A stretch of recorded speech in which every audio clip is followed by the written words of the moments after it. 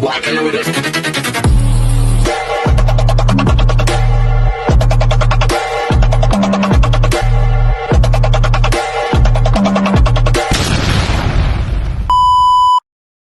Hi everyone! Good afternoon! I'm back! It's your Mama Sam dito sa Sam Sam TV. Kamusta naman po kayo mga amigo, amiga, kumare at kumpare? Sana lahat kayo ay kasing fresh at kasing ganda ng Mama Sam ninyo.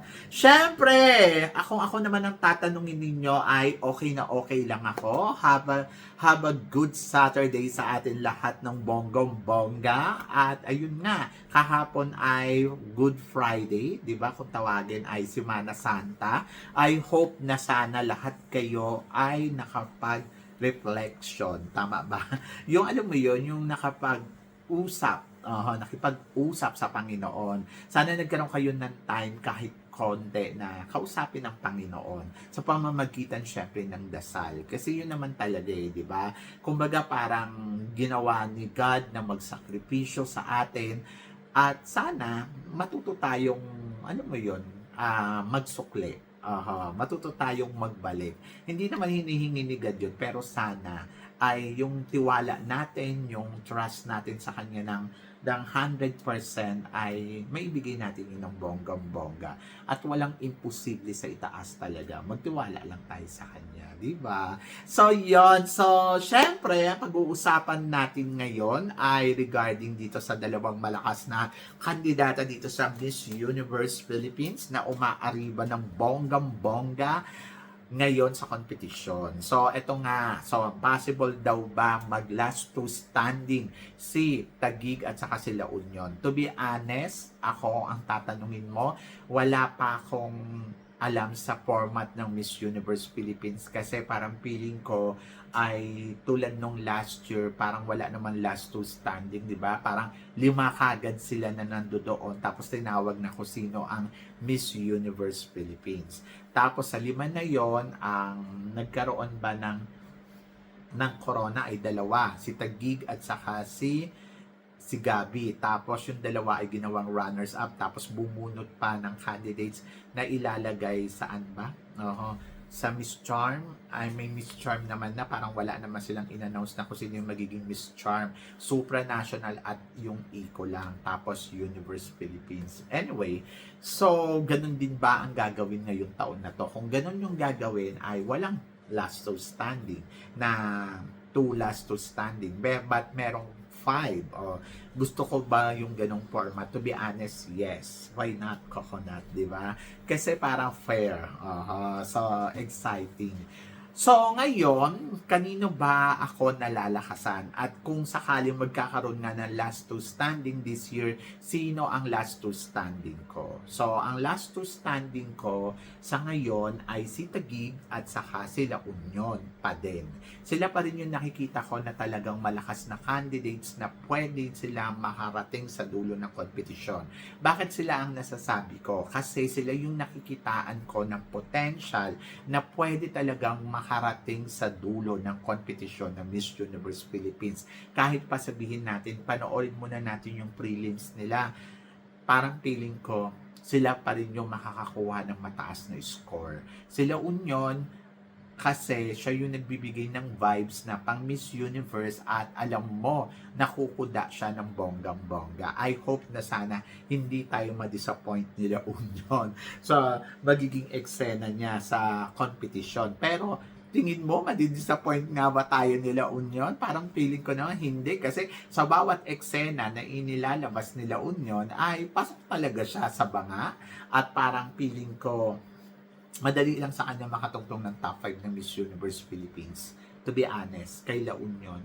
So, yun talaga yung nakikita ko. At sila Union ang klaro sa akin na ay panalo. Kasi iba yung dating nila Union, iba yung vibes, iba yung presensya niya. Basta, sobrang pang international level na. So, ewan ko na lang pag natalo pa siya dyan.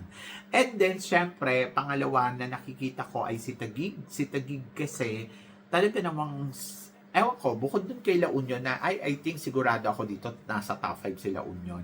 Ay sigurado din ako kay Taguig. Kasi, si Taguig kasi, in terms of communication skills at in terms of yung nilalabas niya sa competition, parang, ay, you cannot underestimate na parang hanggang top 10 ka lang.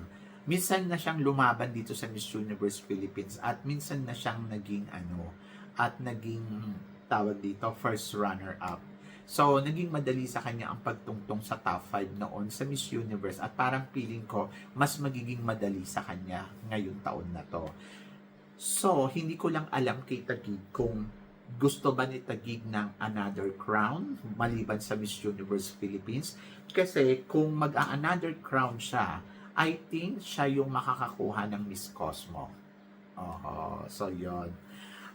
Siya yon. Ay, nung nakaraang taon pala, ang nakakuha pala, parang Universe, tapos si Taguig, tapos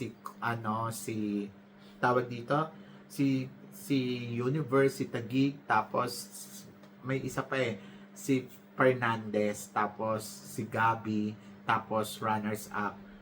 Pero sino yung hindi nakapasok sa top 5 noon?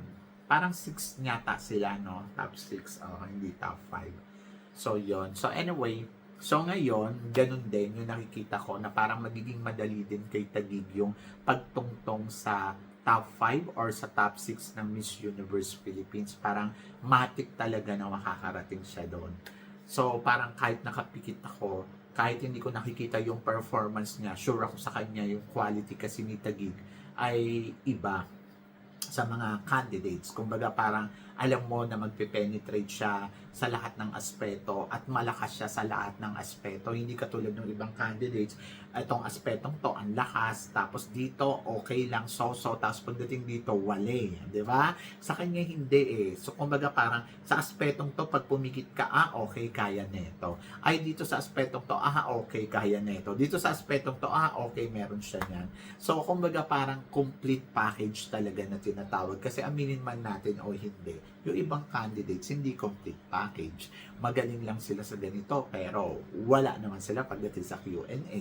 Magaling sila sa maganda sila sa ganito, pero hindi naman sila nagpe-penetrate sa ganitong part, di ba? So, hindi mo masabing complete package. Pero kasi ako, pagdating kay La Union at saka kay Taguig, talagang masasabi ko na ay complete package talaga sila.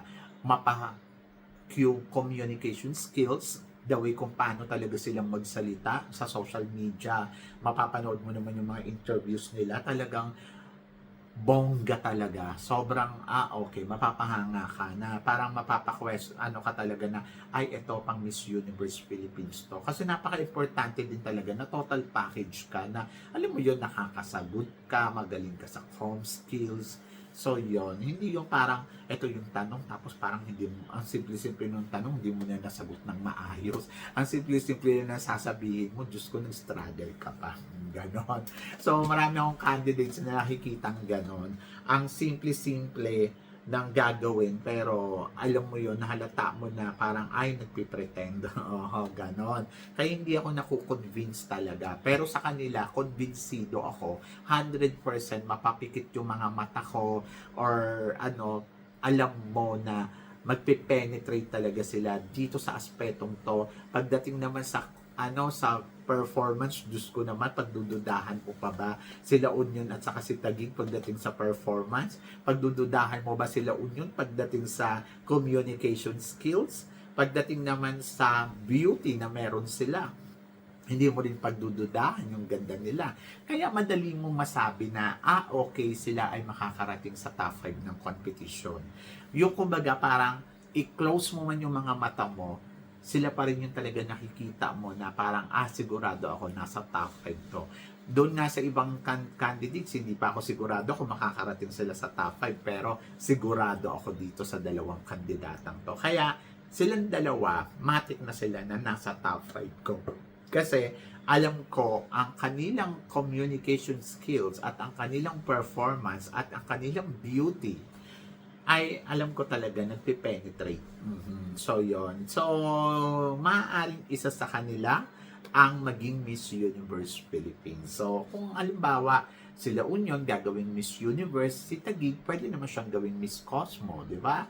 Kasi ganun eh. Or kaya si Taguig gawing Miss Universe, tapos si Miss ano naman gawing Miss Cosmo. Pwede din yun, o di ba?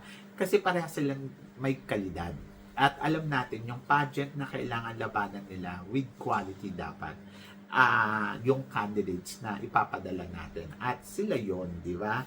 So, let's see kung malalagpasan pa sila or mahihigitan sila ng ibang candidates na hindi mo inaasahan. So, malalaman natin yan very soon. But for now, yes, possible na silang dalawa talaga ang maging last two standing sa competition ng Miss Universe Philippines kung sakaling meron ng last two standing. So, yan! So, kayo guys, ano guys ang masasabi ninyo dito sa mga pinag-uusapan natin ngayon? So, please comment below para at least malaman ko naman kung ano naman ang chika mo dito sa mga tinatalakay natin. Siyempre, maraming salamat sa inyong lahat sa support at pagmamahal na binibigay ninyo syempre dito sa channel ko.